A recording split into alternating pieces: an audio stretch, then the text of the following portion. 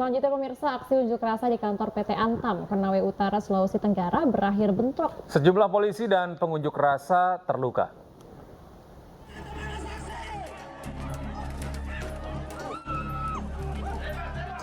Aksi demonstrasi ratusan masyarakat di Desa Mandiodo, Kecamatan Molawe, Konawe Utara, berakhir bentrok pada Senin 5 Juni 2023.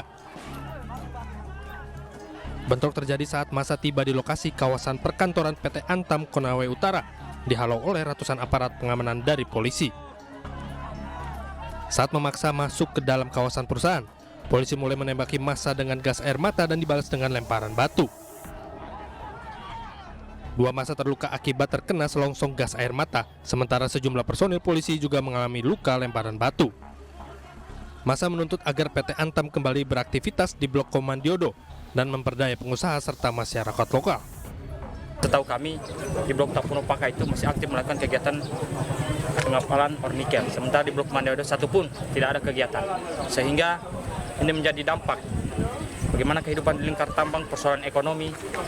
Sehingga kami tuntut bahwa PT Antam hari ini untuk membuka segera Blok Mandiodo untuk pengusaha-pengusaha lokal. Dan kedua, persoalan lahan-lahan masyarakat yang sampai hari ini belum terselesaikan oleh PT Antam. Karena tidak adanya pihak manajemen PT Antam yang menemui massa, mereka menduduki kawasan perkantoran PT Antam hingga tuntutan mereka terpenuhi. Dari Konawe Utara, Sulawesi Tenggara, Mukhtarudin, iNews melaporkan. Pemirsa, puluhan warga datangi kantor Gubernur NTB menuntut penghentian kriminalisasi sejumlah pedagang. Massa terlibat aksi saling dorong dengan aparat.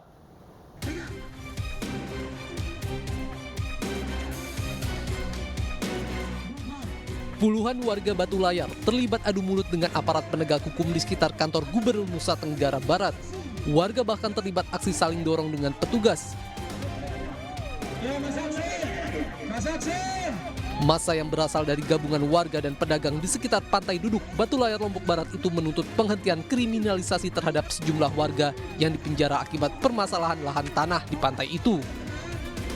Selain itu, dalam aksinya warga juga meminta gubernur untuk mengambil alih permasalahan lahan yang terjadi di Batu Layar.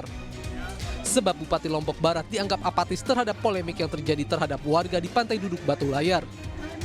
Ini tanah ini statusnya ini tanah negara yang kemudian dialihkan untuk tanah adat. Nah, kenapa tiba-tiba hari ini muncul sertifikat hak milik pribadi?